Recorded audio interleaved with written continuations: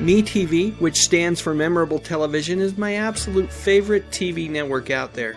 For years I've been able to pick it up with an over-the-air antenna, and most of the time the signal and picture are pretty darn good.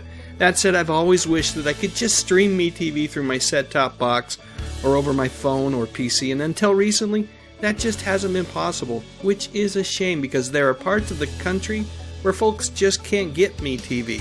The Friendly TV streaming service recently added MeTV to their channel lineup. And you know what? They didn't stop there. They've also got Heroes and Icons, better known as H&I, and Decades, and there's even more than that. Right now, Friendly TV has 9 channels that are dedicated to playing classic TV shows and movies 24 hours a day, 7 days a week. And you know what? There's more on the way. The really cool thing is that between all of these channels, it's pretty darn easy to find most of the TV shows that we all loved when we were growing up. And have I mentioned that you get all this for just $6.99 a month? Quite frankly, if MeTV had a streaming service of its own, I'd be willing to pay that price. Now, I should point out that if you do subscribe and stay subscribed, Friendly TV does provide me with a bit of a financial incentive. So not only do you get a ton of great TV, but you get to support my YouTube channel as well. Thursday on a special 2-hour Buck Rogers, a sorcerer plots to conquer the earth. His weapon, an army of slave women. And it's up to Buck to stop him. I've got a reputation to uphold too, you know. Starring Gil Gerard with Jack Palance and returning to action, Buster Crabbe. Buck Rogers, Thursday.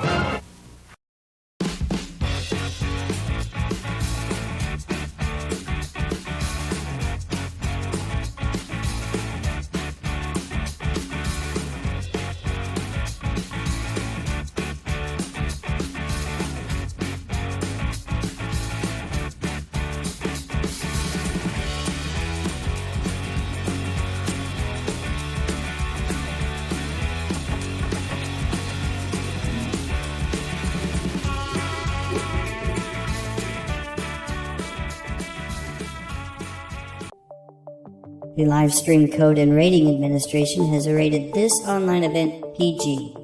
All ages admitted. Please be kind and stay on topic.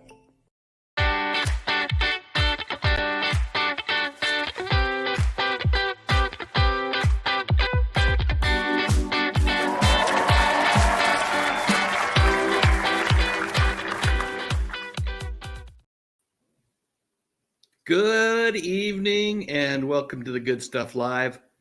My name is Dave Sundstrom, and if you enjoy talking about music, movies, mostly TV from decades gone by, well, you've come to the right place.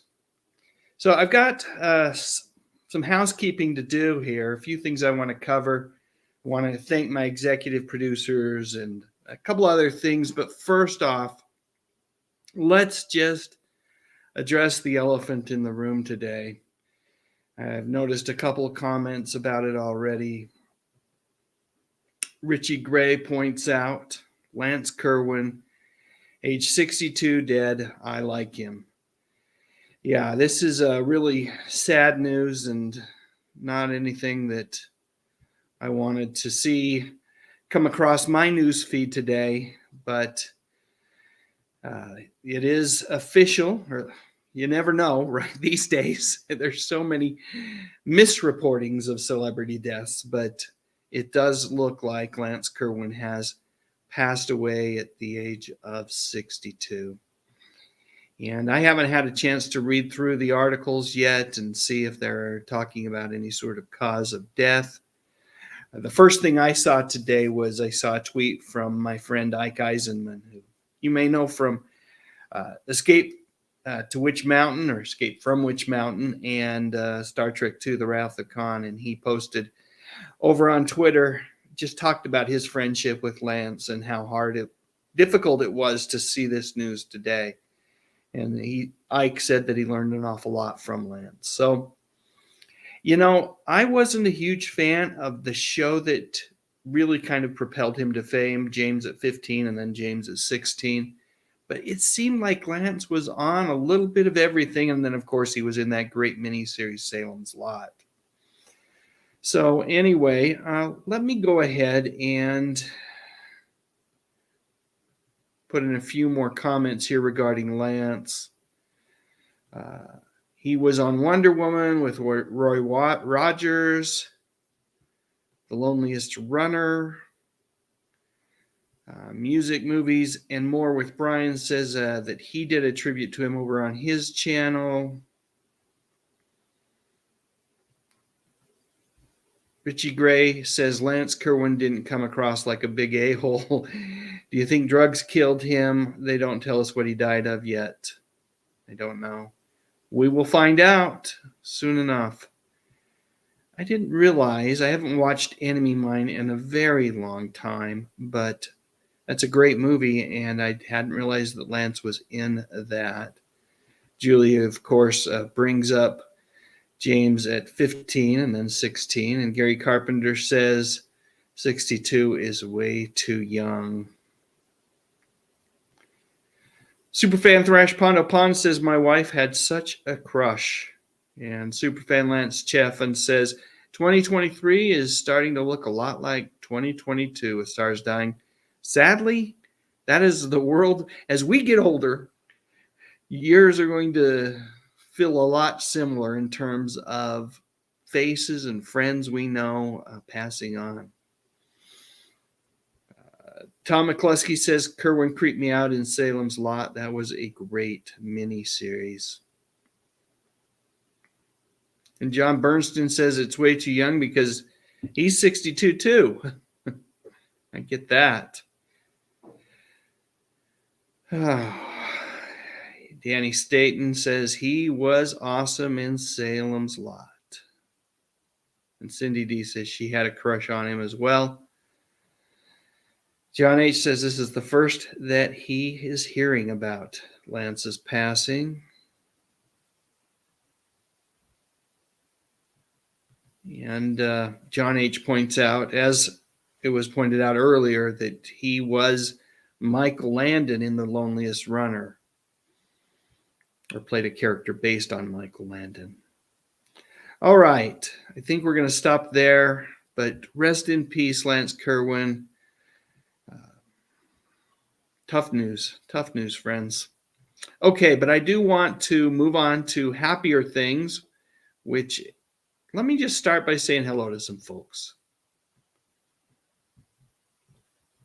We have had since the wee hours of the morning here, Lance Chaffin, Superfan Lance Chaffin, Superfan John Collins, Daryl Johnston, Adrian James, Superfan Keith E., Tom McCluskey, Crow Minion. So many people hanging out in the chat even before the live stream started. So thanks for popping in early, folks, and getting things started for me. I really appreciate that. Crow Minion, welcome to the live stream. Let's see who else is here. Upspeak is ignorant. Welcome to the live stream. Interesting username there. And I'm seeing some comments about, Superfan Lance Chaffin says, hashtag no bots tonight. Yeah, I was watching Thresh Pondo's live stream live, and then I dropped off and I caught the rest on replay, and I saw that, I don't know if they were bots or if they were just people feeling like they needed to share the good word in terms of the gospel. And so I feel like you had some religious bots there with you last night, Thrash Pondo. Superfan Tracy Roth-Myers is here. Welcome. Gary Carpenter, welcome to the live stream. Danny Staten, welcome. Tabo MST3K, I'm sure there's a better way to pronounce that. Hello and welcome to the live stream.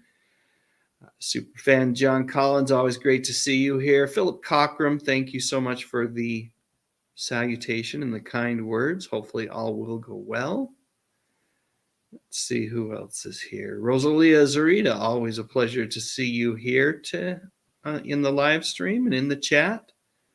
Aloe Duarte says, good evening, Dave. Distinguished gents, guests, good stuff gang. Live from New York. Boy, I'm having a hard time reading tonight. Maurice Hampton says, what's up? Not much, just hanging out, doing a little live streaming. Super fan music, movies, and more with Brian. Welcome. Good to have you here with us, my friend. Kenneth Wilkinson's here. Let's see. D. Gunn also pointed out Lance's passing. Welcome to the live stream. Superfan Sean Innes is with us. Welcome, Sean. Always great to have you here. Leia Spino, welcome. Good to have you here. My flock is everywhere.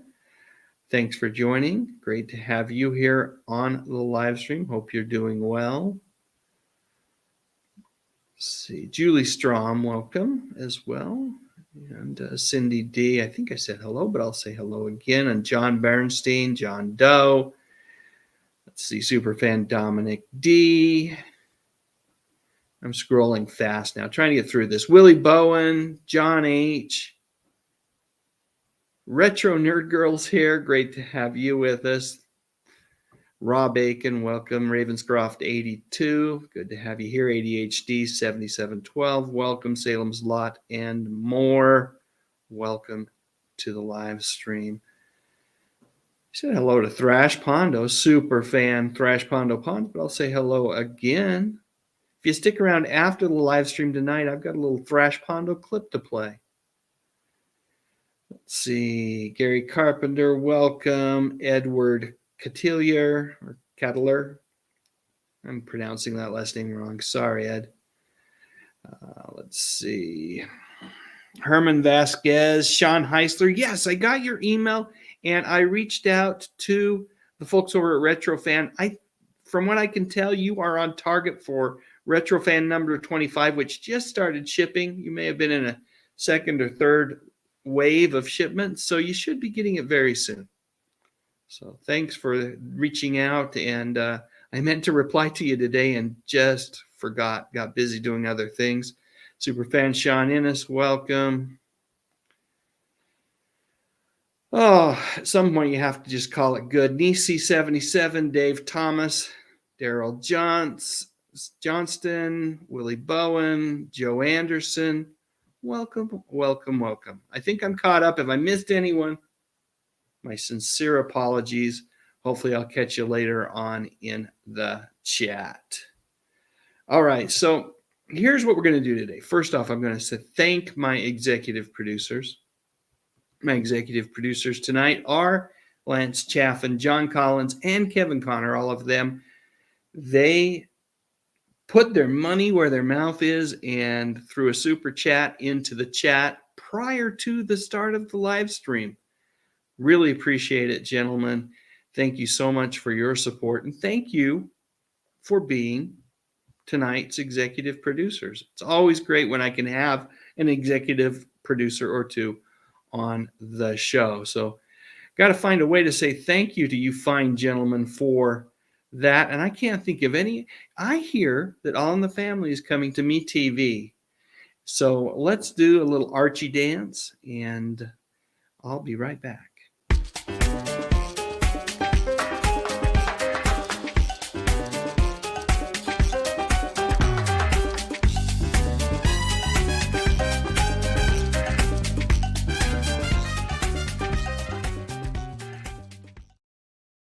Lance, John, and Kevin, thank you so much. Truly appreciate that. Thanks for being my executive producers. All right. And did I even put up their names? I think I did. There they are again. Thanks again, fellers. All right. So what else do I have to cover? What other important things do I need to cover before we get rolling? Tonight, I want this to be a question. We will have a quiz at the end if you want to stick around for that. But I want this to be a question and answer conversation. And you can put your questions, not yet. Don't put them into the chat yet because I'm not looking right now and I'll miss it. But let's just talk about, I put classic television Q&A, but it can be about anything you really would like to talk about tonight. And we'll spend a half an hour or so doing that. However, before that, I want to do some shameless self-promotion. My latest video is live on YouTube, and it is called Where is Bull Shannon?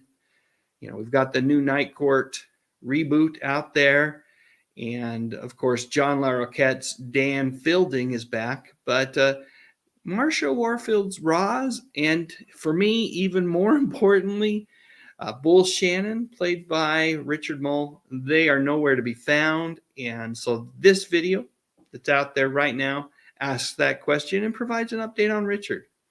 Also, I would give a heads up to everybody that the next video, it's actually already available for previewing if you are a channel member, is all about Captain Kangaroo. I say, what an odd man the captain truly was, but what a delightful time I had putting together this video about Bob Keeshan.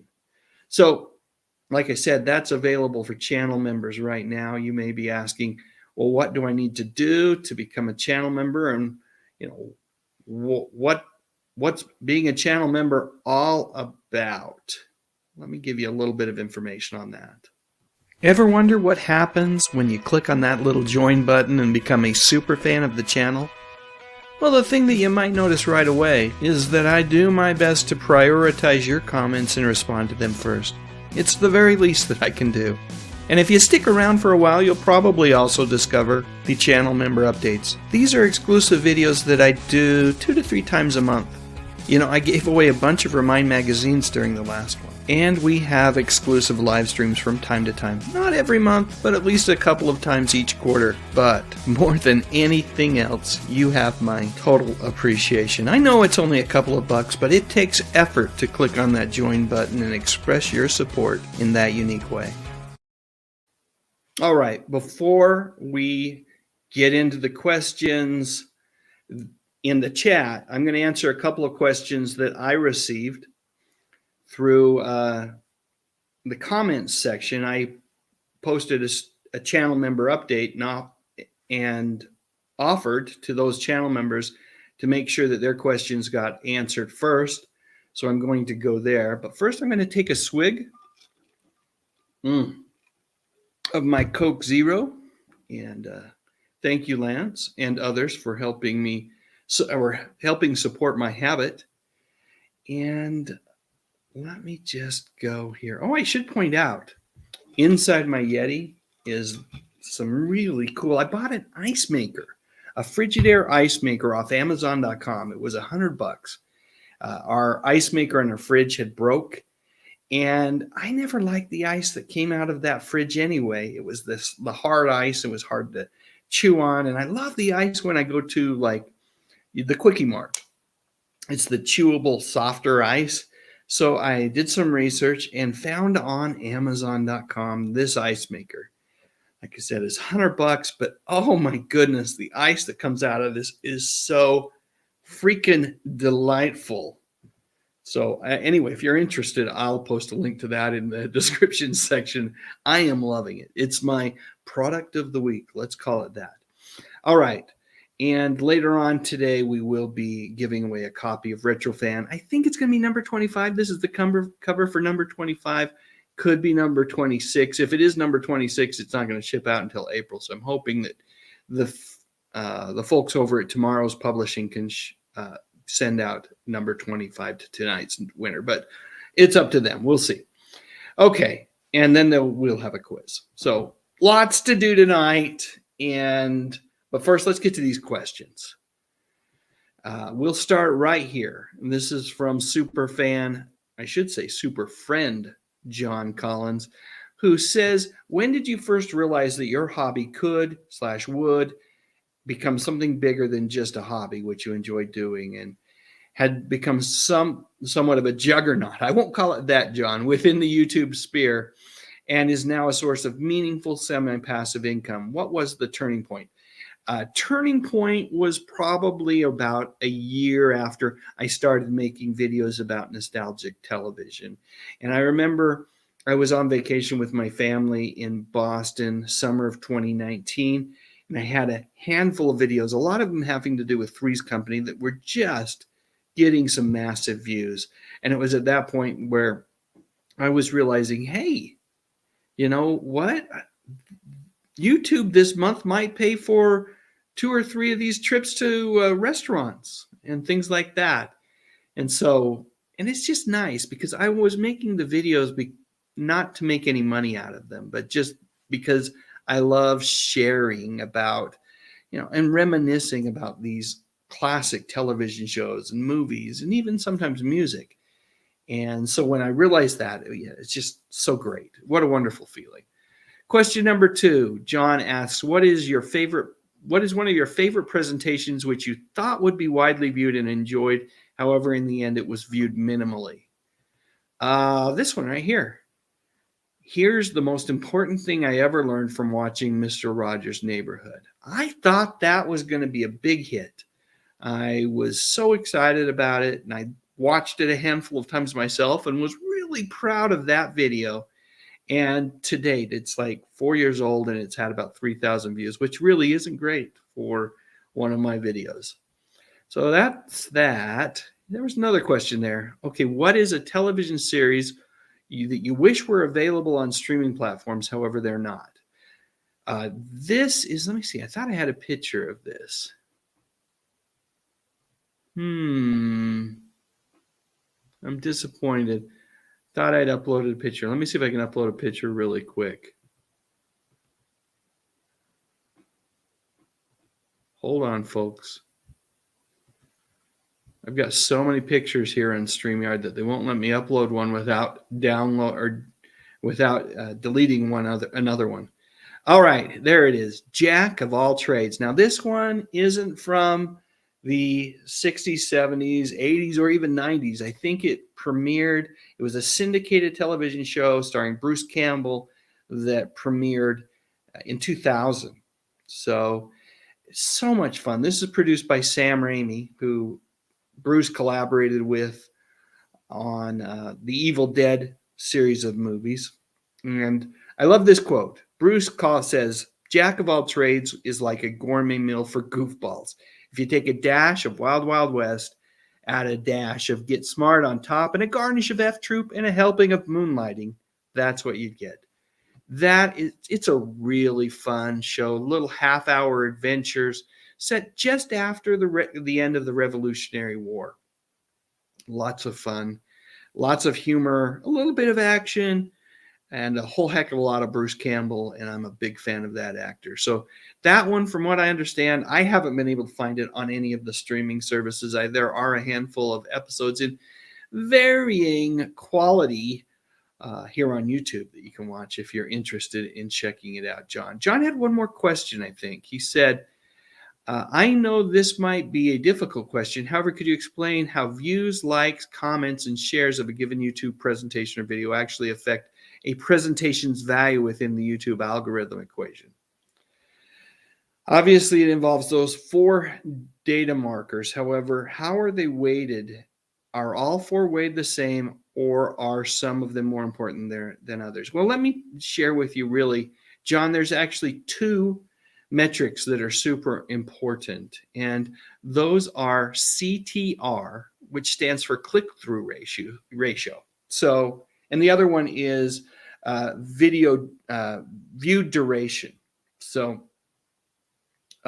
click-through ratio is when a video of mine, when something like this shows up on your homepage or on the side of a video in the suggested videos section, when it shows up there and you click on it, that is, let's say it shows up 100 times on a homepage and someone clicks on it, a bunch of people click on it 10 times. That would be a 10% click-through ratio, and you really need to have at least a 10% click-through ratio at first for your video to be successful. So when one of my videos shows up on a homepage or in a suggested video section and someone chooses not to click on it, that really adversely impacts my video. The duration thing is an interesting thing, which is YouTube wants people to stay on YouTube and watch videos. And so if you were to click on that video and then click off it within just a handful of seconds, that adversely impacts the video. Now, conversely, if you click on a video and you watch the video in its entirety or most of it, that positively impacts the video. Those 2 things Your willingness to click on a video and then watch the video are the things that affect the algorithm the most. All those other things are good too, but those are the two things that really, really matter. Okay, now, speaking of that, last night Thrash Pondo had a live stream, and during that live stream, this was the live stream where he had the religious bots, the spiritual bots proselytizing, and Thrash Pondo was a lot nicer than I would have been. I think I would have given them time, or timed them out. But there was a question around copyright claims and copyright strikes, or at least the conversation was around copyright. And I mentioned while I was there during the live chat that there's a lot that goes into that. And first off, for YouTubers, someone mentioned during the live stream last night that there are a lot of videos on YouTube that are clearly copyrighted material. I just mentioned that there's some episodes of Jack of All Trades out there. There's music videos out there. There are full-length movies out there on YouTube that have been uploaded by, not by YouTube themselves, but by channel creators and YouTubers. Here's the deal. Most of those videos do not receive copyright strikes. If someone receives a copyright strike, that means someone has manually gone in and said, hey, that person stole that material from me and it shouldn't be on here. That's a really bad thing to have happen to your channel. And if it happens 3 times over the course of 90 days, YouTube will take down your channel. What happens most of the time, though, and people confuse these with copyright strikes, are copyright claims. And what happens there is sometimes is an automated thing where YouTube recognizes it immediately, and other times it's the actual creator that recognizes it and they put in a manual claim. But they say, hey, that's my stuff, and if there's going to be any sort of ad revenue that's generated from it, it should come to me. And so when you see those videos out there, a lot of television shows, movies, and music, and someone's uploaded it, even if their channel is monetized, they're most likely not getting the revenue. Any advertising revenue is going straight back to the creator or the production company or the movie studio or the network, all of those things. YouTube does a great job of funneling that revenue back to them. So hopefully that helps answer questions as to why you see a lot of videos out there that actually clearly are infringing on copyright, but the creators of those and of the YouTube channels don't seem to be getting into trouble. Hopefully that answered those questions. All right, now it is time to get to I'm going to back up a little bit here and let me see if I can start answering some questions. So I'm just going back about 5 minutes here, and I'll start answering as many questions as I can here on this. Superfan Thresh Pondo, that's just a conversation. That's directed at someone else in the chat. Hello, Alan. Good to have you here with us. Superfan Lance Chaffin says Briscoe County Jr. is on Tubi TV. Yeah, it's a great show. I love watching that. And Daryl Johnston's reminding folks to hit the like button. Thank you if you do. Truly appreciated. Let's see. Willie Bowen says, I'm a fan of the 007 James Bond movies and the Man from U.N.C.L.E. TV series and the 2015 movie. As am I. All great.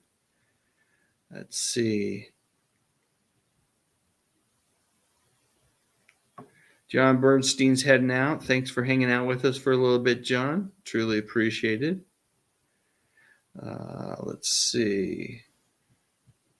Gary Carpenter asks, where can I find The Man from U.N.C.L.E. and the Avengers? I've never seen these shows. You know what? I haven't seen them streaming recently either. Steve Tevis says, Shop Talk. Love it. Hey, Steve. I wandered over your channel the other day, and you've got a couple videos that are doing really, really well. Congratulations to you, sir. Let's see. Zachary Miller's here. Hi, Zach. How are you? Good to have you with us. And Mark M., welcome to the live stream. Perfect timing. You guys made it through I had a whole bunch of stuff that I had to handle up front, and now we're just a little Q&A session before we give away a magazine and do some trivia. But so if you have any questions, want to talk about anything, please put it in the chat. Willie Bowen says that he picked up the DVD set of Man from U.N.C.L.E. on Amazon.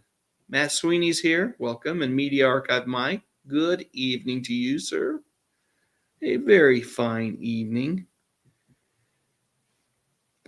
Cindy D says they get taken down fast even though if they change the videos, Dave. That happens sometimes. But you'll see that there's an awful lot out there that is copyright written material that continues to exist and exists peacefully because the people that upload it just basically give away all rights to any sort of revenue, and it goes back to the creators, as it should. Let's see. This is Superfan Superplex says, I get why music videos are on, but there are clearly stolen videos on YouTube. Yeah. Stolen is the wrong term. I'd say they're uploaded without permission, and that's where YouTube gets into the game. And most often they recognize that that's copywritten material, and they immediately notify the uploader, and then again any revenue goes to the actual owner of that copywritten material. Let's see. Phil Cockrum says YouTube has let the CR claim system get out of control. Sometimes. I've definitely had a few copyright claims that were not justified. But there's a way to handle those. I mean, you have to be patient. You really do. D. Wade says, hey, Dave, who is the biggest celebrity to reach out to you after seeing your channel? Haven't had a lot of celebrities reach out to me. I'm trying to think. Biggest celebrity, for me, I know he's not the biggest celebrity out there, but I love that Richard Klein reached out to me, and that he played Larry Dallas on Three's Company. That was a real treat, and to be able to interview him, and you can go back and find that on my channel if you're interested in watching that interview. That was awesome. Let's see. Superfan channel member Sean Innes says it seems YouTube jumps too fast to strike videos without researching the claim. Well, there's just so much being uploaded to YouTube, right? There's thousands of videos each minute. It's not something that can be done manually. So in most cases, it's done in an automated manner. And so YouTube gets more involved in a manual manner later on if someone says, oh, that's not correct, and contests that copyright claim. Hey, Antonio, great to have you with us. Willie Bowen says, I also love when Dean Martin played Matt Helm. Yeah, that was great. Let's see. Channel member Tracy Rothmeyer says that's why I use music in the public domain like Mozart. And also, YouTube provides a creator library filled with music that, while not in the public domain, is okay to be used in your videos. All of my videos, I pull the music typically from that library. So there's lots of different places where we can go and put music, for background music. Folks call it in the industry, they call it a music bed if you're going to be talking on top of it. But there's lots of different resources available. Let's see. Upspeak is ignorant. Says, good evening. Would you be more apt to subscribe to a channel in your own, or if a channel creator asks you to subscribe on your own, or if a channel creator asks you to subscribe during the start of the video? You know what? At the start of the video, I find it kind of annoying. I mean, it doesn't bother me, but I would prefer my own 2 cents and this is what I do, is to ask for that subscription at the end of the video after you've kind of earned it. So I know a lot of people will spend 30 seconds, a minute, 2 minutes up front talking about all the ways that a person can support them. And I feel like that's the wrong time and place. I feel like that should be, even knowing that Yes, there's more people watching the video at the beginning, but even knowing that, I'd rather put it at the end just because I feel like I've earned the right to ask for it at the end. Let me assure you, Chrominion, those strikes are not random. And typically, again, they're not strikes. A strike is a manual claim that is there's time and energy that's put into a strike. Someone has to fill out a form against the channel. What you're probably referring to, what happens 95% of the time, if not more, are copyright claims. Let's see. What did I think about Street Hawk? I did a video on Rex Smith. I enjoyed Street Hawk. I thought it was a great show. And that's about it for that. I would encourage you to go back and watch my Rex Smith video if you want more details about, that was a typical 80s adventure show in this. It was great. I thought it was, I like Rex Smith as an actor, and I loved the motorcycle and all of the scenes with it. And if I remember right, correct me if I'm wrong, that's a Glenn A. Larson show, and I love everything that he does. Kind of like Knight Rider, but with a motorcycle. Let's see. Cindy D asks, question, Dave, have you been impacted negatively by the changes on YouTube? Many creators have. Good question. There are hills and valleys with YouTube. And I would say the entire last year, 2022, was not my best year. 2021 was a phenomenal year, but that was artificially inflated. We had more viewers because people were sequestered in their homes because of COVID. So it's one of those things where I don't believe the changes to YouTube have impacted me negatively. I do believe that there are a lot more channels like mine, where faceless channels, where there are pictures and people narrating on top of them. And in many cases, Cindy D, they really go for the sensational, sometimes even to the point where they're making things up, falsifying deaths of celebrities, at least making the thumbnail really, really misleading to get the click. That has impacted me negatively. But that's not something that YouTube's doing. That's something that other YouTube creators are doing. Let's see. Chrominion says, Street Hawk was cool. Too bad it only went one season. I thought it was a season and a half, but I might be wrong. Channel member Thresh Pondo Pond says, thanks so much, Dave. I was wondering about that stuff.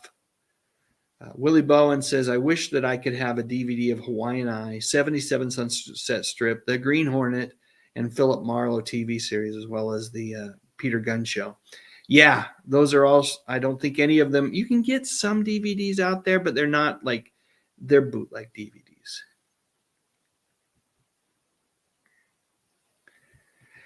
James Dye says, years ago, I had a YouTube channel that I posted videos of me doing covers of older songs. Had about 20 videos up and started getting emails from a company called Net Sheriff threatening legal action. That's crazy. Those are the kind you were getting bullied by a company. You were doing a cover. And YouTube actually has a deal where you can share the revenue. When you do a cover, you can share the revenue with the actual, composer, performer of the song. That's too bad. Sorry to hear about that.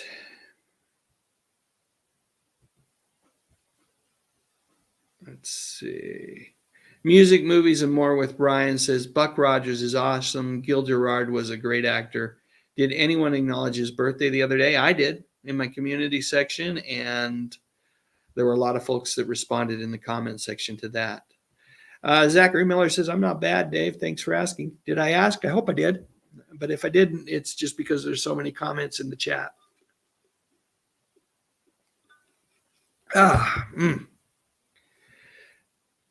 Yes, there are some episodes of Green Hornet on YouTube. The Prisoner is on Tubi right now. I've been watching it. Batman is on Tubi as well. Or has it moved over to HBO Max? Which one? One of those two. Yeah. I don't remember the early 50s Buck Rogers TV series. Let's see. Great television shows: Gary, Wonder Woman, and Addams Family. Love The Prisoner. Patrick McGowan is so great in that, and it's really just a wonderful watch. Check it out on Tubi, folks. Yes, don't mess with Jackie Gleason Enterprises. They they will come after you. But you can still, I've done a number of videos on Jackie Gleason. You just got to make sure you kind of abide by the rules. Biggest flop in TV history? Oh, I don't know. Maybe SNL, that season with Charles Rocket, didn't last long. The producer that was brought in to replace Lorne Michaels was gone within a couple of episodes, and they had to retool the whole thing. But I'm sure there's other bigger flops than that. James Dice says, referring to his channel, I deleted everything, including the channel. Wasn't worth the trouble. I understand that. Sometimes you just feel like that.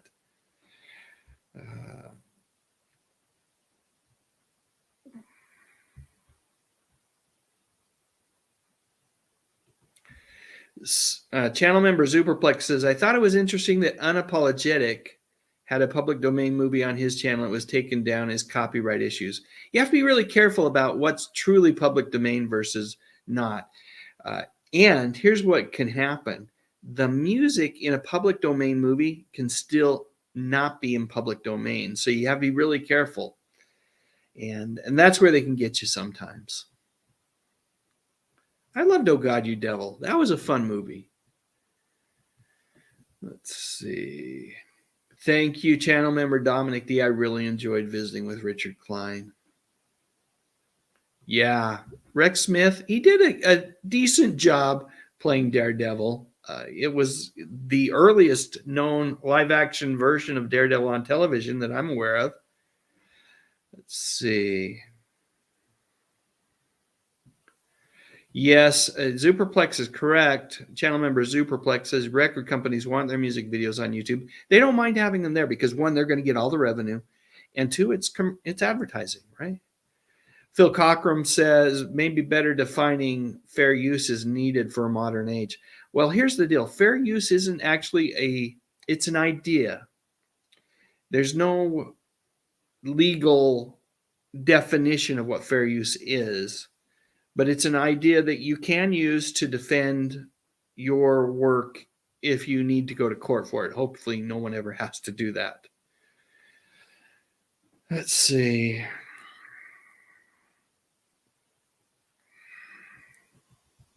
David Thomas says there's a new movie coming out about the Jesus movement called The Jesus Revolution, starring Kelsey Grammer. Yeah, I think it's one of those PureFlix movies. If maybe I'm mistaking or confusing it, but I think it might be one of those PureFlix movies. Antonio Rodriguez says, thank you for having me here. I asked before about Shazam. Now I have the complete series on DVD. What a great series that is. And you can watch Shazam on Tubi as well. Tubi, what a great streaming service that is. And it is completely free. I remember the Beatles television series. Terrell Eugene Bellinger, good to see you here, says, wasn't the 1971 CBS Rural Purge considered to be the gap between the end of Boomer TV that dominated the 50s and 60s and the start of Gen X TV? Yeah, I think so. Good point, Terrell. I trust you. Your knowledge about retro TV is as strong as mine is, my friend. I know that to be a fact. I'm giving away a copy of Retro Fan. I believe it's going to be 25. Could be 26, but I hope it's 25. Let's see. 12-inch Lando says, I forgot all about Jack of all trades. Yes, I'm going to pick that up on Amazon as well. It's not streaming, and I just want to go back and watch some of those episodes. They were so much fun. I have been watching Velma. Well, I watched the first episode of Velma. I'm not returning. It doesn't appeal to me in any way, and it's really not Scooby-Doo. Let's see. Glenn Larson did have some great shows. Battlestar Galactica. I've done a number of videos where I've talked about Glenn Larson's. Check out some of my Buck Rogers videos, my Battlestar Galactica video. Probably the one where I've talked the most about Glenn Robinson is my Fall Guy video, or Glenn Larson is my Fall Guy video. What was my favorite summer fill-in show? Wow, that's a great question. I love the Hudson Brothers show. I'd have to think about that one some more, Herman. That might be a check out my community section for the next few days, and I'll answer that question there. I've got to think about that one a little bit. Super fan, channel member, John Collins. Thank you so much for the super chat. That is awesome. He says, I'm only half kidding when I ask this. How is it since instantly possible since you have over 130,000 subscribers, but you only have 20 plus members? The masses should do better with membership. Well, that's the thing. It's easy to click the subscribe button because it's free. But it's harder to click that join button because, there's 3 tiers. You can join in just general support and see my previews of my videos for $1 a month. The $2 a month option allows you access to exclusive live streams, and the $5 a month option gives you the opportunity, as you well know, John, to actually have me make videos based on topics that you suggest. So for you, it's going to be the second renaissance of game shows, the early 80s. And thank you for making that suggestion. And thank you again for the super chat. It is truly appreciated. You know how much I appreciate all that you do for this channel in terms of your support. You are truly a super friend and worthy of a couple different videos. Let's do the Dukes, and then we'll do something after that.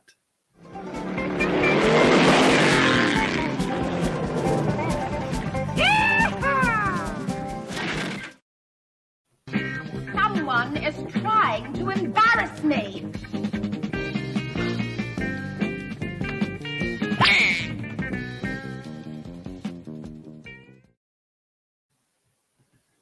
D. Wade. Oh, thanks again, John. Truly appreciate your support. D. Wade says, hey, Dave, I left you a message last year asking if you would ever do a video on those celebrity Battle of the Network Stars type of shows. I remember in late 70s, early 80s, there were shows like this. I have done a video or two on that already. So go back and look at, just search Battle of the Network Stars or Battle Stars, 2 words, Dave Sundstrom, in the YouTube search box. You'll find them. Not only are there videos out there, but there's also a live stream, an entire live stream that was dedicated to that, D. Wade. Butch Shump, welcome to the live stream. Good to have you here as well. I hope I answered it. I can never tell if this is like a cynical thanks for answering my question, meaning that I missed it. I hope I did, Cindy. Jason Goldtrap says the reaction videos to Velma are hilarious. Everybody hates the show. You know what? I don't hate it. I just don't like it. It's just, for me, it's like they want the audience from Scooby-Doo, but they're not willing to respect those people and the characters that we love. And, we've got the new Night Court out there. And I've seen a number of comments saying, I hope the show doesn't go woke. And, woke is kind of a nasty word these days. I like the idea of what woke meant, that we were waking up to being a more diverse and inclusive society. That's a good thing. But I don't like what woke has become, which means that, you watch TV and they are jamming every different character type they can into a show. Sometimes it fits. Sometimes it's just awkward and doesn't make sense. And in the case of Velma, it's awkward and it just doesn't make sense. So I think that's all I'm going to say about that. Oh, Hogan's Heroes. I love that one. I'm going to do some videos on Hogan's Heroes. My friend Rick 9G has just done so many great videos on Hogan's Heroes that I'm hesitant to do so, but it's a great show. Do you like the new background? I have moved my video making studio down to my basement where I have larger rooms and I'm able to have a green screen behind me. And there you go. This is a one green screen. I don't know if I'm going to stick with this background or go with something else next week, but I like it. Let's see. Channel member Keith E. And did I say channel member Lisa Fields? I should have. If I didn't, sorry, Lisa. Channel member Keith E. says, you've always been very gracious of all the ideas. I've sent them to you in the past, and some good and bad, and it makes me feel really part of your channel. Well, Keith, you are part of the channel. You're part of my community, and I appreciate you.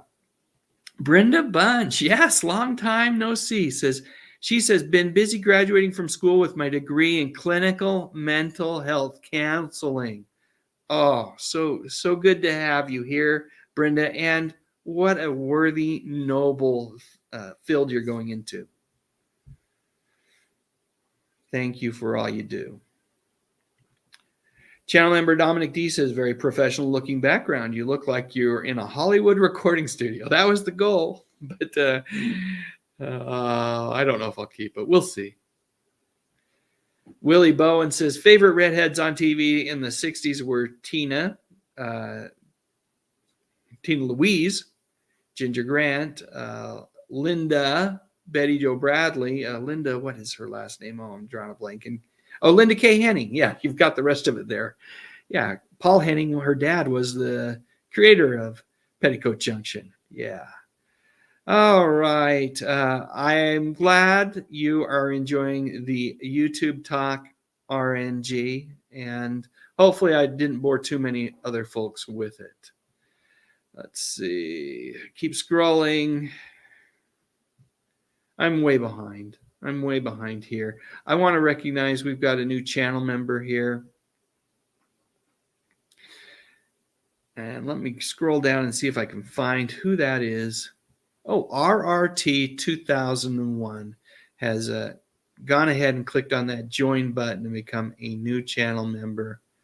Thank you so much for doing that. Like I said, it's easy to subscribe to my channel, but it's a lot harder to click on that little join button and become a channel member. But definitely are some perks, and it certainly helps me to stay engaged and feel supported here in YouTube land. And, there was a question earlier about, that John Collins asked about the highs and lows of YouTube land. Oh, no, that was someone else that asked that one. But anyway, the hills and valleys. And sometimes things are going well, and other times it feels like YouTube really isn't promoting your videos or your channel. And when those moments happen, what I do is I go back and I just really immerse myself in the comments and really kind of try to immerse myself in the community and remember why I'm doing this in the first place. And you folks that click on that join button and become actual channel members, along with being community members, you're just so appreciated, so highly valued. Thank you for your support. All right, I'm going to stop here with the questions right now. And I want to talk a little bit about, at the beginning of the live stream, for those folks that showed up just a minute too early, I showed a promo from NBC 1979. And I was thinking about NBC in 1979. It was right after Fred Silverman came on board, moving over from ABC, and NBC was in the third spot in terms of ratings. But here's the weird thing, is I got looking at the shows that were on NBC in 1979. How in the world were they ever in the third spot? How could I know ABC had some great shows, but how were they behind CBS at the time? Let's take a look at some of their programs. I think that time has really been kind to NBC and that lineup from 1979. It's a bright new season on NBC, and we're proud. I'm sure glad to hear that. Arnold has the Drummond family hopping. Who you talking about? And there's no telling what could happen on Different Strokes. I can't wait. Raising daughters isn't easy, especially when you've got to be both father and mother. Boy, the mother part sure ain't easy. Hello, Larry. there's a slightly new look to a very dear friend. Enjoy Disney's Wonderful World. I agree with you. One thing we can all agree on, the Men of Chips roll back into action this fall. Little punch here, you got nothing to worry about. Chips. The most unlikely pair of truckers haul into your home, BJ and the Bear. Everyone's favorite private eye returns. Is it about time for an intermission? I'm out of popcorn. The Rockford Files. When death becomes a puzzle, they call in Quincy. And share the warmth and drama of Little House on the Prairie. Okay, there was Hello Larry there, right? That was a bust. But that is a strong lineup. Now, there were a couple other busts. Here's one that wasn't as successful as I hoped it would have been. Cliffhangers. 3 continuing action-packed stories in one show. First, The Secret Empire. Marshal Jim Donner rides out of the past right into the future and discovers a secret city beneath the earth, filled with wonders and packed with thrills, far beyond the dreams of mortal men. A city ruled by an evil emperor whose one goal is to control all mankind. Next, a beautiful newspaper reporter travels the globe to uncover a plot which will end the world. But when this ring of master spies finds she's hot on their trail, all they want to do is stop Susan Williams. Then it's Dracula 79. The Prince of Darkness has returned to cast his spell upon the unwary. But the evil Count will never rest in peace, for Kurt and Mary have sworn to end his immortal reign. Can goodness triumph, or will Dracula rule the day? Watch Tuesday on NBC. They don't call them cliffhangers for nothing. Yeah, that one along with Super Train. I was really hopeful those would be hits, and they weren't, of course. But all right, let me get back here. I'm just going to, folks, say thank you for all of the incredible engagement in the chat. You're phenomenal. You guys are awesome. Let's do this, though. Let's go ahead and give away that copy of Retro Fan magazine. So I think I have an image of that. There it is. I need to set this up really quick, folks, so give me a second. Hold tight while I get this all set up. What should we go with? Hashtag RetroFan? I think that's probably the right thing to do. I think I saw a couple of those already in there. Don't put it in yet. Don't do anything until I start sharing the screen. And Lance, I'm rooting for you.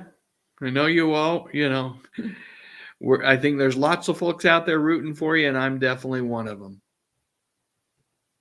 But let's go ahead and share this screen. And go ahead and start putting in your hashtag RetroFans into the chat. Hashtag RetroFan will get you into the drawing, and I'll put on a 30-second timer. That should give folks enough time to get that in there. I see we've got 10 entries, a few more now, but 30 seconds. I love Retro Fan magazine. I got to tell you, it is just a phenomenal magazine. It's a deep dive into pop culture and nostalgia and all things retro. And the folks over at Tomorrow's Publishing, they are just absolutely phenomenal to work with. They've been great partners. They don't pay me to do this, but they allow me to give away these magazine copies to you guys, and that is payment enough for me. So they're just a great partner. Like I said, I love reading Retro Fan magazine myself. Again, one more reminder, I believe it's going to be number 25. If not, it would be 26, but there's a copy or the cover of Retro Fan number 25. With that said, let's see. We've got 32 entries in here. Let me go ahead and click the draw button, and let's see who our winner is tonight.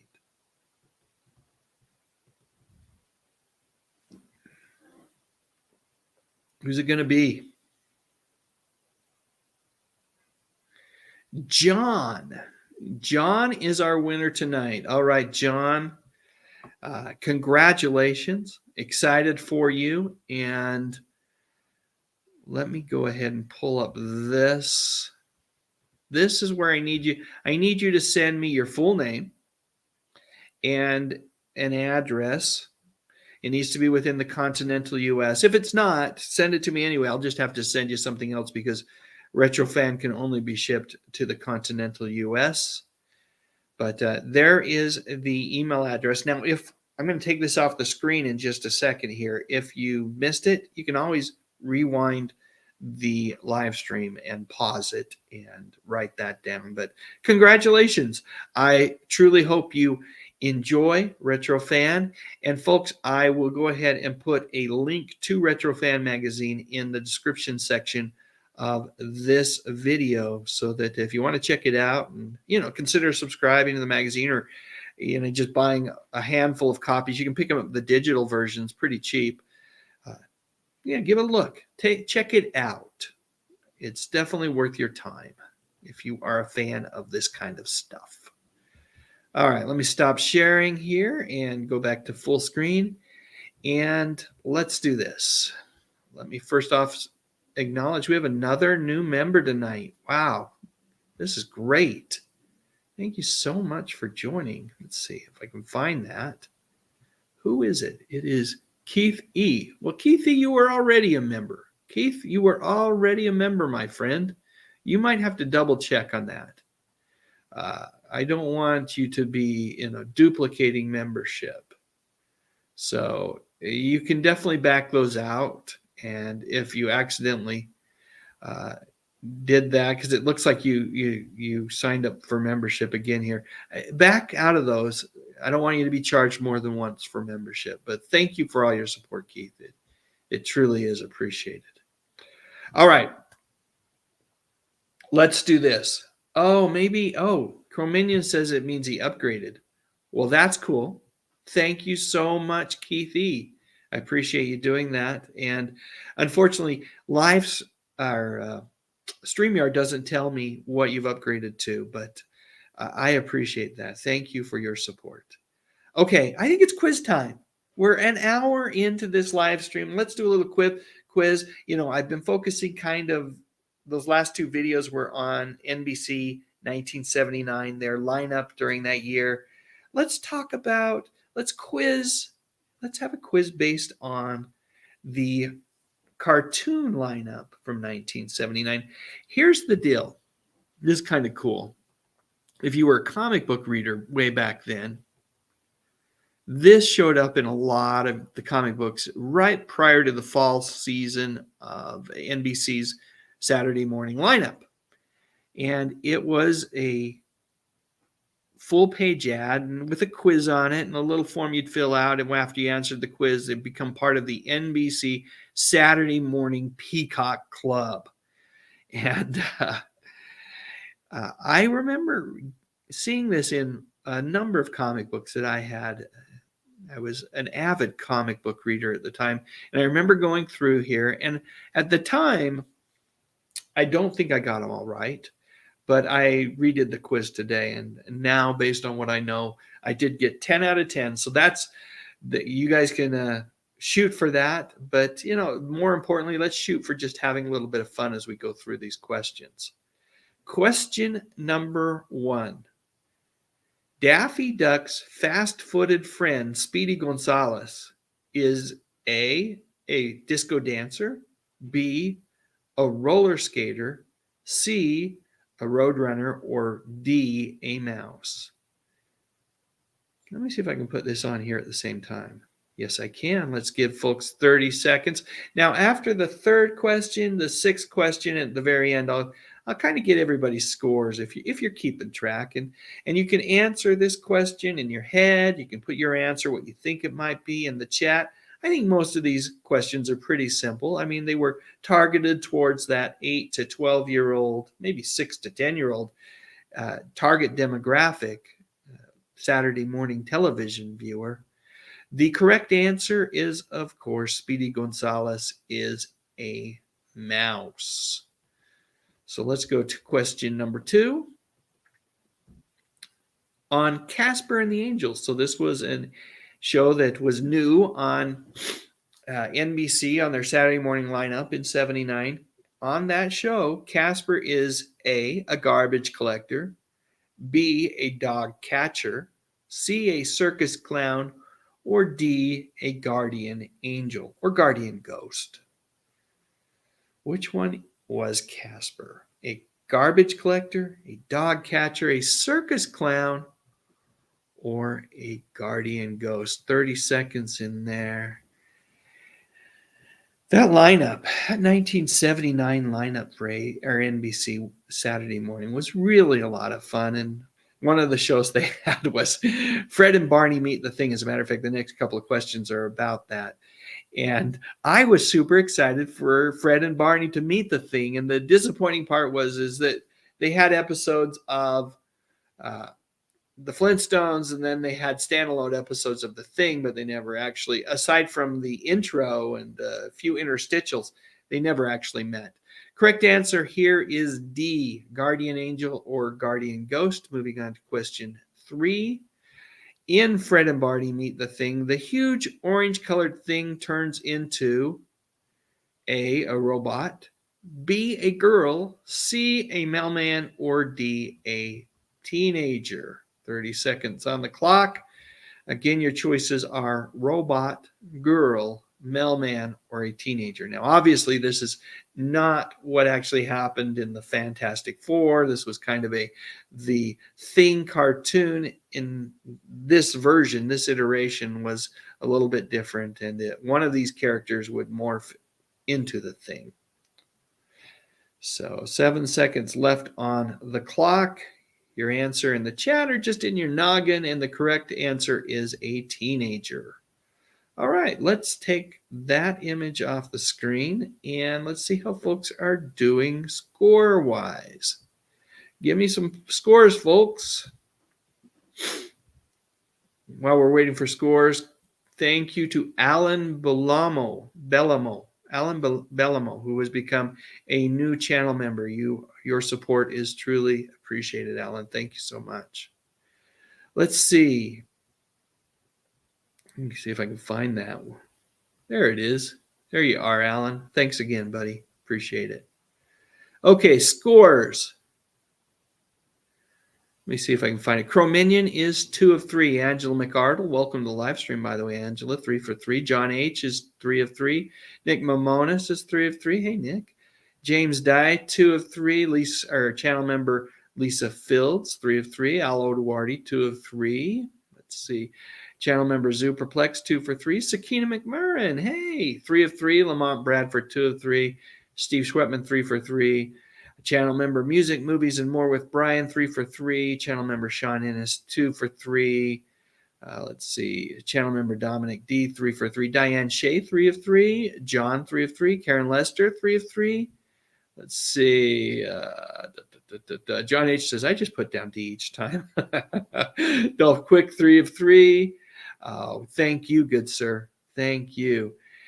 Channel member RRT 2001, 3 for 3. Let's see. Retro Nerd Girl, 3 of 3. Gary Carpenter, 3 of 3. Brenda Bunch, 3 of 3. Mike and Kathy, good guessing. Good guessing. 3 of 3. Melissa Foster, 2 of 3. Channel member Thresh Pondo Ponds is 3 for 3. Steve Huff, 3 of 3.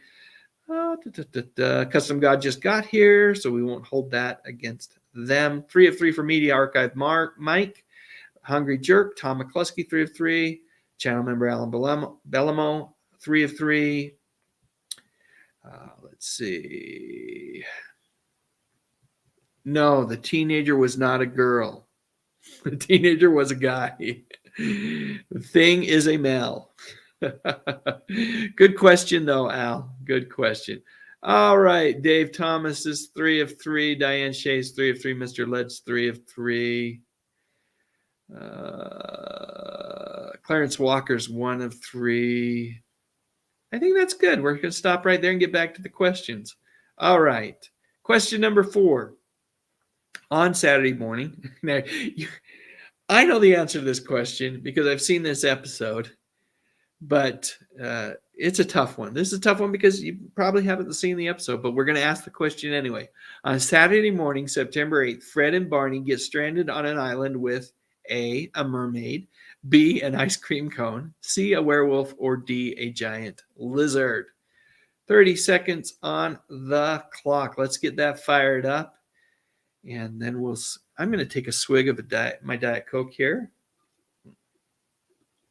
Well, you guys put your answers in the chat, or like I said, just, you don't have to. You can just lock them in your noggin and hold tight here. We got 15 seconds. Well, people try to remember way back 1979, September 8th. Yeah, that one episode with Fred and Barney. What did they run across?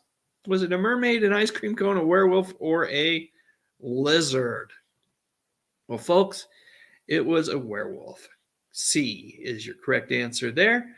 Moving on to question 5.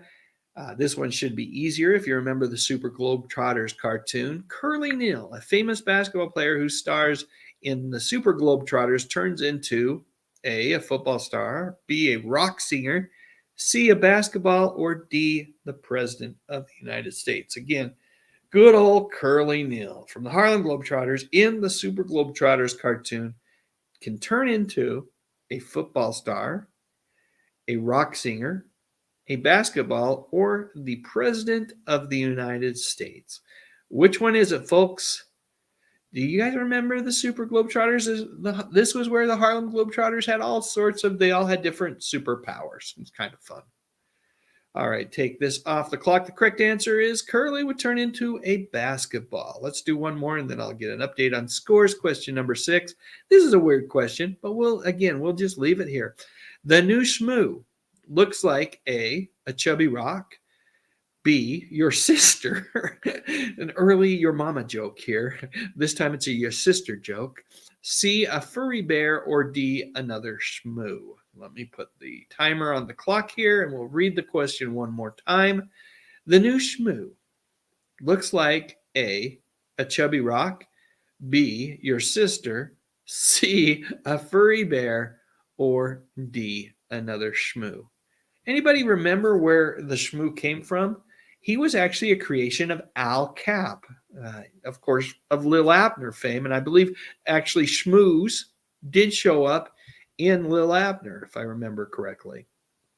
All right, the correct answer is D, another Shmoo. The new Shmoo looks like another Shmoo. They all look pretty much the same, in other words. All right, let me take that off the screen. And let's get some scores. How are folks doing after 6? How are folks doing after 6? John H. says that the Shmoo reminds him of the Green Gazoo, or the Great Gazoo. Channel member Thresh Pondo Ponds is 6 of 6. Yes, I expect nothing less than 6 of 6 for you, my friend. And folks, just a reminder, if you stick around after this live stream tonight, I've got one bonus video for you, and it is a Thrash Pondo Ponds clip. Channel member Superplex, 4 for 6. Brenda Bunch, 2 of 3. Angela McArdle, 5 of 6. Chrominion, 5 of 6. John, 6 of 6. Channel member Lisa Field, 6 of 6. Steve Schwetman, 5 of 6. John H., 5 of 6. Let's see. Custom God, 3 of 5. Channel member Music, Movies, and More with Brian, 5 of 6. Diane Shea, 5 of 6. Dominic D. Channel member Dominic D. is going to go make some dinner. Enjoy your dinner. I'm looking forward to dinner after we're done with this live stream as well. I'm going to take a can of beefaroni and a can of chili, and I'm going to mix the two together. It's one of my favorite dinners. All right. Willie Bowen's 4 of 6. Al Oduarte's 3 of 6. Melissa Foster's 4 of 6. Terrell Eugene Bellinger's 4 of 6. Mike and Kathy, 4 of 6. Falling fast. Gary Carpenter, 6 of 6. Steve Huff, 5 of 6. Lamont Bradford, 5 of 6. Yes. Clarence Walker says they appeared in Lil Abner and they were edible. I did not know that. I did not remember that. Karen Lester, 5 of 6. Alan Bellamos, channel member Alan Bellamos, 5 of 6. Nick Mamonis is 5 of 6. Channel member RRT 2001, 6 of 6. Mr. Led, 3 of 6.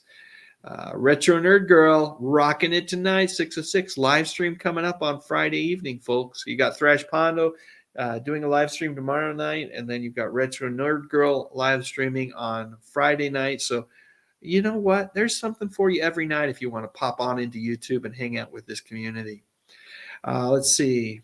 Brenda Bunch says, I mean 5 of 6. Dolph Quick, 5 of 6. Media Archive Mike, 5 of 6. Channel member Sean Ennis, 3 of 6. Sakina McMurrin, 5 of 6. Tom McCluskey, 5 of 6. Channel member Keith E, 3 of 6. Better than Thrash's channel last night. Yeah, I had fun with those questions as well. I didn't get them all right. I did get the Thumper question right, though. Oh, I think we're good. Dave Thomas, 4 of 6. Bobby EM must have just joined us, says 0 of 7. I think we're good. Let's stop there and continue on. We're going to go to the very end now here of the quiz. Moving on to question number 7. Flash Gordon is a superhero who becomes stranded on A, the New Jersey coast, B, a raft, C, on the planet Mongo, or D, in a candy factory. 30 seconds on the clock. Flash Gordon is a superhero who becomes stranded on A, the New Jersey coast, B, on a raft, C, on the planet Mongo, or D, in a candy factory. I know what I would choose to be, where I would choose to be stranded. That would be D, in a candy factory, but that might not be the right answer. But then again, maybe it is. All right, 5 seconds left. Let me go ahead and take the timer off the screen. The correct answer is, for all you Flash Gordon fans, C, on the planet Mongo. Yes. All right, moving on to question 8. The world famous Godzilla is A, giant frog, B, a green ape, C, a flying fish, or D, a big reptile. I'm not even going to put 30 seconds on the clock. Folks, you know the answer. 8. The world famous Godzilla is A, giant frog, B, a green ape, C, a flying fish, or D, a big reptile. Lock it in because I'm moving on. The correct answer is D, a big reptile. Moving on to question 9. See Johnny Quest. They must have retitled Johnny Quest for 1979 on NBC because, I always knew it as The Adventures of Johnny Quest. But the question is, a quest is A, search, B, a frisbee, C, someone who comes to dinner, or D, an inquiry. Let me put the timer up on the screen. A quest is a search, A, B, a frisbee, C, someone who comes to dinner, or D, an inquiry. All right, this one's a little, you just have to kind of think through the definitions of those words and what does quest mean? Now, obviously, it's like Johnny's last name, but what does it mean here? What could it be? Take the timer off the screen. The correct answer is A, search. All right, one more question before we call it a night. The one and only Jetsons. Question 10. The one and only Jetsons are A, birds, B, a family, C, an organization, or D, racetrack drivers. I feel like they were really struggling to come up with questions here, but this one's a fairly simple one for most of us that were kids during the 60s and 70s. Again, the question is, the one and only Jetsons are A, birds, B, a family, C, an organization, or D, racetrack drivers. So let me ask you this before I give the answer. If you were a kid back then in 1979 and you opened up your comic book and the back page had this on it, would you have gotten them all correctly? And even more importantly, would you have torn out that page of your comic book and filled out the little form and sent it into NBCC to get your free t-shirt? I did not. Even back then, I knew that I did not want to tear out pages out of comic books. I recognized that maybe someday they would have some value. I gave the correct answer, right? The correct answer is B, a family. The Jetsons are a family indeed. All right, folks. Thank you so much for playing. Let's get some final scores. Let's get final scores. Thank you so much for playing. If you don't share your final score in the chat, you can always share it in the comments section of tonight's live stream. Oh, let me scroll back up here. Get some final scores. I think that might be it right there. Starting with Angela McArdle, 9 of 10. Great job, Angela. Channel member Keithy, 5 of 10. Hopefully you had fun, Keith. That's the goal, right? Gary Carpenter, 10 of 10. Well done. Channel member Sean Ennis says his boy Elroy. Yep, part of the family. John H, 9 of 10. Channel member RRT 2001, 9 of 10. Media Archive Mike, 9 of 10. Lots of 9 of 10s. Dave Kerbo joined us late, but got 6 out of 6 for the 6 he was around for. Good job. Channel member Lisa Fields, 10 out of 10. Melissa Foster, 8 out of 10.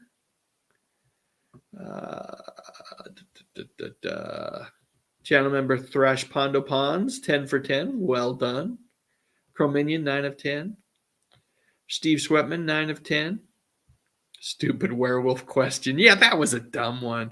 I mean, like, you had to literally watch the program on September 8th to know the answer. I mean, now we have the benefit of those of us that have watched a lot of Flintstones. We know, but it was a stupid werewolf question. Diane Shea, 9 of 10. Channel member Superplex, 8 of 10. Angela McArdle, 9 of 10. Terrell, 8 of 10. Brian, 9 of 10. Steve Huff, 9 of 10. Alo Duarte, 7 of 10. Nicely done. Thought he'd tank on the quiz, but did not. Karen Lester, 9 of 10. Nick Momonis, 9 of 10. John, tonight's winner of Retro Fan Magazine, 10 of 10. It's been a good night for you, my friend. It's been a very good night. Tom McCluskey, 9 of 10. Dolph Quick, 9 of 10. The notorious RNG, live streaming again Friday night. Folks, check out her channel. You know what? Beyond the live streams, just check out some of her videos. She's phenomenal. 10 of 10. Gary Carpenter, 10 of 10. Let's see. Sean, our channel member Sean Ennis, going back to the question I asked of, would you tear out that page? Says no way. But he did want that book, the Charles Atlas, the Muscles book, right? Poor kid gets sand kicked in his face, but then he gets the Charles Atlas muscle workout program, and then he takes care of the bullies and gets the girl. I remember that cartoon, or that little comic strip. That was great. I wanted it too, but again, I would not tear anything out of a comic book. Let's see, Mike and Kathy. Yes, it's a comeback. 8 of 10. Well done. Oh, yes, I remember the soldiers from the back of the comic book. I remember them very well. And how were they? Were they good? Sakina McMurrin got 9 of 10. Nicely done. Matt Sweeney, 9 of 10. Channel member Alan Bellamo, 9 of 10. Well done. Mr. Led, 5 of 10. And Steve Tevis is going to receive the non-participation ribbon this evening. But thank you for hanging out with us, Steve. Always a treat to have you here. Need to get you back on the stream. Get your mug back on the stream here. We'll figure out a topic one of these days. Willie Bowen, 10 of 10. Dave Thomas, 8 of 10. Gary Carpenter says, I know my cartoons. Diane Shane, 9 of 10. Let's see. And Melissa Foster says something that's true of all of us, that she needs to go back and rewatch some cartoons again. We all need to go back and rewatch cartoons, Melissa. It's an important, you know what? When you become too old for cartoons, you're too old, right? We need to, that's one way of staying young. I remember the Blue Falcon and Dynamite. Don't feel old. You know what? We can get older, but we don't have to feel older. Let's see. Mark M was 0 of 10. Sorry about that, Mark. You wasn't your, you might be a little bit, looking at that side picture, you're kind of sideways on your picture, but I'd say you're a little bit younger than a lot of us. So maybe that's it. John says it's my birthday on 128, so I think he rigged it, referring to me as he. I didn't rig it, buddy. Nicely done. Well done. All right, I think we're done with scores. Here's the deal, folks. What an awesome evening this has been. I love hanging out. And you know what? Sometimes it's fun it's great to bring guests on and everything, but sometimes it's just fun to not have such a formal, strict agenda, to just talk with all of you, to connect with you, the community, and to reminisce, right? Television in particular from the 60s, 70s, 80s, it was just a phenomenal time for entertainment. And really, I think that it was the best eras for television entertainment for sure. So thanks for hanging out with me tonight. I have talked a lot about the really the as a creator, it's important to stay connected to your community. And these live streams are just, they re-energize me, reinvigorate me, and get me all excited about what am I going to do next for the channel. Just a reminder, what will be coming out, what I'm going to be publishing in the next few days. It's already out there in preview mode for channel members, but for everybody, I'll be publishing it to YouTube in just a few days as a new video on Captain Kangaroo. And the thumbnail says, "What an odd man," and he truly was an odd man, but I mean it in only the kindest way. I had a lot of fun putting together that video on Bob Keeshan. So with that said, I talked about earlier, I talked about this video, and go back and check it out. Just do a Dave Sundstrom Mr. Rogers search on YouTube and check it out. I'd appreciate it. It's one of my favorite videos that I've ever made. And with that, I'm going to bring Fred Rogers on to tell you all how I feel about each one of you. You are special.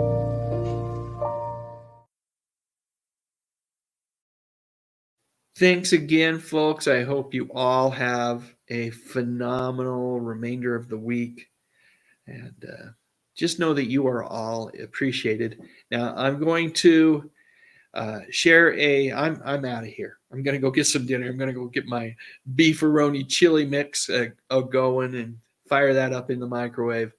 But a couple of reminders. One, if you haven't given this video this live stream a thumbs up, I would appreciate it.